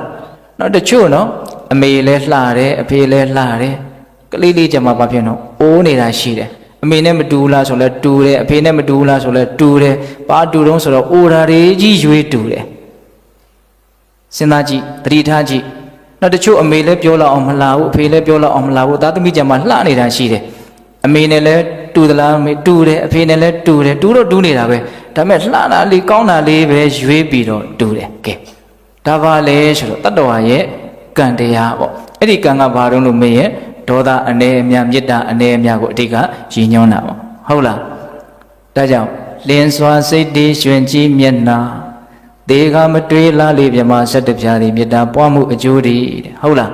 းသေခါမတွေ့တဲ့ဘဝရဲ့နောက်ဆုံးအချိန်လူတိုင်းကြောက်ရွံ့ကြတယ်ထိတ်လန့်ကြတယ်တော့ငါရုပ်ပြည့်စင်ပြည့်ကြီးများသိရမလားယုံညံ့တဲ့ဘဝတွေကိုမြန်ရောက်သွားလိမ့်မလားဒီအတွေ့ကဉာဏ်ရှိတဲ့လူတိုင်းမှာအနာဂတ်နဲ့ပတ်သက်ပြီးတော့စဉ်းစားကြတဲ့အခါမှာဒါမပါဘူးလားပါတယ်နော်ဒါတွေက ပစ္စည်းဥစ္စာနဲ့လည်းဖြည့်ရှင်းလို့ရတဲ့ပြဿနာမဟုတ်ဘူးတက်ကြွထားတဲ့ပညာတွေနဲ့ဖြည့်ရှင်းလို့ရတဲ့ပြဿနာမဟုတ်ဘူးကိုယ်ဘေးမှာရှိတဲ့ကိုယ်ဘလောက်ပဲချစ်တဲ့အတိုင်းဝိုင်းဘလောက်ကြီးပဲကောင်းကောင်းဒါကိုသူတို့လည်းဝိုင်းပြီးတော့မရှင်းနိုင်ဘူးဟုတ်လားကိုယ့်ဘဝရဲ့နောက်ဆုံးချိန်ကိုယ့်ဘဝရဲ့နောက်တစ်ချိန်မှာဆက်ပြီးတော့ဖြစ်ရမယ်အနာဂတ်အနေအထားကကိုယ့်ရဲ့အရည်အသွေးပေါ်မှာပဲမူတည်တာဟုတ်လားအဲ့ဒါကိုကထိကနေရှိစိတ်တို့ထိကနေရှိစိတ်တို့ဆိုရင်တော့မသေးခင်မှာတွေ့ရတဲ့အတွေ့အကြုံလေးတွေကိုတောင်ရင်မဆိုင်နိုင်လို့စိတ်တို့တယ်ဆိုတဲ့လူတစ်ယောက်ဒီကနေ့မှတွေ့ရမယ်ဆိုရတဲ့အခြေအနေကြီးကိုသူတေချာပေါက်ရင်ဆိုင်နိုင်မှာမဟုတ်တေချာပေါက်စိတ်တို့တော့မှာပဲဟုတ်လားအဲ့ဒါလို့ဆိုလို့ရှိရင်ဘဝရဲ့နောက်ဆုံးအချိန်ဟာဘယ်လိုမှမကောင်းနိုင်ဘူးမကောင်းလို့ရှိရင်တော့မကောင်းတဲ့နေရာပဲရောက်မှာပဲเนาะဒါမေတ္တာအားကြီးလို့ရှိရင်တော့အတ္တမုံလောကာလံကရောတိကြီးကြီးလင်းလင်းမတွေ့မဝေသေးရတယ်အဲ့လိုသေးပြီးလို့ရှိရင်လေတဲ့ဥပ္ပတိအပ္ပတိဝိဇ္ဇံတော့ဗြဟ္မလောကုဘကောဟောတိတဲ့နော်အရဟတမဉ္ဇဉ်အရဟတဘုံဉ္ဇဉ်ကိုမရသေးလို့ရှိရင်လည်းပဲအဲ့ဒီပုဂ္ဂိုလ်ဗြဟ္မပြည်ကိုတေချာပေါက်ရောက်မယ်တဲ့နော်ကျန်တဲ့နတ်ပြည်တို့လူပြည်တို့တော့မပြောဘူးတော့သူကဘယ်ရောက်မှာဗြဟ္မပြည်ကိုရောက်မယ်လို့ပြောတာမေတ္တာအားကြီးတဲ့ပုဂ္ဂိုလ်ရဲ့စိတ်အရည်သွေးကမြင့်လွန်းလို့သူ့ရဲ့တန်တဲ့နေရာကိုအဲ့ဒီစိတ်ကပို့လိုက်တာဟုတ်လားဒါကြောင့်တတ္တဝါတွေရဲ့ပုံမှာကောင်းကျိုးချမ်းသာကိုလိုလားတဲ့စိတ်ကိုပွားများဖို့မလိုဘူးလားလိုတယ်ဒီနေ့မှာဦးဇင်းတို့ဒီမေတ္တာအကျိုး7မျိုးတွေကနော်သတိထားစရာလေးတစ်ခုပေါ့လေလူတွေအလွန်ရခြင်းနဲ့အကျိုးကျေးဇူးလေးတစ်ခုဆိုတော့ကလည်းအကျိတ်ဖန်တမန်လေးဦးဇင်းကပြောခဲ့ပါတယ်ဟုတ်လားအိမ်နိုးချမ်းသာကောင်းစွာအိမ်မဲ့ချစ်လျက်လုံနဲ့ဟောဒီအကျိုးကျေးဇူးကိုလူတွေရခြင်းကိုယ်ဝန်းကျင်မှာရှိတဲ့လူတွေဒီကမေတ္တာကိုရခြင်းတယ်ကိုယ့်ဘောအကောင်းမြင်တာလေးကိုလိုခြင်းတယ်စီးစီးပိုင်ပိုင်လေးနွေ့နွေ့ထွေးထွေးလေးနေခြင်းညာတယ်ပေါ့ဟုတ်တယ်မဟုတ်လားဒါဆိုမေတ္တာအားကြီးရင်တော့တေချာပေါက်ရမယ်မေတ္တာအားကြီးရင်လူမပြောနဲ့အိဆန်လေးတောင်ကိုယ့်ဘောမှာမျက်နှာမှုရှိတယ်လို့ဆိုတယ်ဆိုကြပါစို့ဟိုတနေ့ကဦးဇင်းတို့ပြောခဲ့တဲ့သောနာတမဇတ်သောနာတမဇတ်ကိုပိလိယက္ခမင်းကဘာလို့မြားနဲ့ပြစ်တာလဲဘာလို့ပြစ်တာလဲနော်တိဆန်တွေတမင်နေကြတဲ့မှာလူကိုအလုံးကြောက်တဲ့တမင်နေကြတဲ့မှာသူသွားလာနေတာဒါလူလားနတ်လားငကားလားဂလုံးလားသိကျင်တာလူလို့ကိုသူမထင်ဘူးအံ့ဩလွန်းလို့အဲ့ဒါကြောင့်မို့လို့နော်ဒီတိုင်းသွားမရင်ထွက်သွားရင်ပြန်သွားရင်ဒါမှမဟုတ်ပျောက်သွားရင်မမေးလိုက်ရမှာဆိုလို့အာအနေအောင်ဆိုတော့ပြစ်လိုက်တာမုန်းလို့ပြစ်တာလည်းမဟုတ်ဟုတ်လားအဲ့ဒါပြစ်ပြီးတော့မှလူမှန်းသိတဲ့ခါကျတော့ဟိုကမေးတာဗောမင်းကြီးငါတမင်လည်းမဟုတ်ဘဲနဲ့ဘာဖြစ်လို့ငါ့ကိုပြစ်ရတာတော့အဲ့လိုမေးတဲ့ခါကျတော့မင်းကြီးကအမှန်တိုင်းပြောဘူးလိန်တာမင်းဟာတဲ့တမင်နေကြတဲ့ကိုနေတဲ့ခါကျတော့မင်းကိုမြင်ပြီးတော့တမင်တွေကပြေးတော့ငါစိတ်တို့ပြီးတော့မင်းကိုပြစ်လိုက်တာတဲ့အဲ့လိုပြောတဲ့ခါကျတော့မင်းကြီးအဲ့ဒါမဟုတ်ဘူးတဲ့ငါ့ကိုမြင်ပြီးတော့ပြေးတဲ့တမင်ဆိုတာမရှိဘူးတဲ့ဒီတောထဲမှာငါ့ကိုကြောက်နေတဲ့အိဆန်လေးတွေတကောင်မှမရှိဘူးတဲ့ဒါအံ့ဩစရာအလွန်ကောင်းတဲ့အချက်ပေါ့နော်သူကမေတ္တာတရားကိုအကြီးအကျယ်ပွားများတယ်လို့ဆိုတယ်အဲ့ဒီသောနာတမကဒါကြောင့်စရိယပိဋကထာကရစရိယပိဋကမှာနော်ရှင်သာရိပုတ္တရာကိုမြတ်စွာဘုရားဟောတာထဲမှာအသေးစိတ်ပါတယ်အဲ့ဒီတုန်းကတဲ့မြတ်စွာဘုရားအလောင်းတော်ကြီးကမေတ္တာကိုအလွန်ပွားများတဲ့အတွက်ကြောင့်တိဆန်လေးတွေကသူ့ကိုကြောက်တယ်ဆိုတာမရှိဘူးနော်လူကိုအလွန်ကြောက်တဲ့ကိဏ္ဍရာတွေတောင်ကိဏ္ဍရီတွေတောင်သူ့ကိုမကြောက်ဘူးသူနာကိုလာကြတယ်အဲ့တော့သူကလည်းတိဆန်တွေကိုတတ္တဝါတွေကိုကြောက်နေတာမရှိဘူးကြားရချင်းလေးတွေကိုလည်းသူမကြောက်ဘူးနော်ဒါကြောင့်မေတ္တာအားကြီးတဲ့လူဟာကိုယ်ကလည်းဘယ်သူ့ကိုမှကြောက်တဲ့ခံစားချက်မရှိသလိုကိုယ့်ကိုလည်းဘယ်သူမှကြောက်နေရတယ်ဆိုတဲ့ခံစားချက်မရှိဘူးအဲ့တော့ဒီကြောက်ရတယ်ဆိုတာကြီးဟာတော်တော်ယွန်စရာကောင်းတဲ့ကိစ္စကြီးတော်တော်ဆက်ဆုပ်စရာကောင်းတဲ့ကိစ္စကြီးတစ်ထပ်ပို့ပြီးတော့ပြောရရင်တော့ဟောဒီကြောက်တာလောက်ကြောက်စရာကောင်းတာမရှိဘူးလို့တောင်ပြောခြင်းတယ်ကြောက်ရတဲ့ခံစားချက်ကြီးကမကောင်းလိုက်တာဆိုတာကြီးကိုတွေးကြည့်စေခြင်းတယ်ကိုယ်သူများကြောက်နေရတယ်ဆိုတဲ့အခါစဉ်းစားပါတော့အဲ့လိုဆိုလို့ရှိရင်ကိုယ်သူများကကြောက်နေအောင်လည်းမလုပ်သင့်ဘူးပေါ့ဟုတ်လားကိုကသူများကိုမကြောက်ရသလိုသူများလည်းကိုယ့်ကိုမကြောက်ရအောင်နေနိုင်မယ်ဆိုမကောင်းဘူးလားအလုံးအားတော့မေတ္တာအားကြီးရမယ်ကိုယ်လည်းသူများကြောက်စရာမလိုဘူးအော်ဆိုကိုကသူတို့ကိုကောင်းစေခြင်းနဲ့ဘာကြောက်မလဲဟုတ်လားအဲ့လိုပဲသူတို့ကလည်းကိုယ့်ကိုဘာမှကြောက်စရာအကြောင်းမရှိဘူးအလွန်လွတ်လပ်ပေါ်ပါပြီးတော့အလွန်တရာမှအစင်တန်းမြင့်တဲ့ဆက်ဆံရေးလို့မဆိုနိုင်ဘူးလားဆိုနိုင်တယ်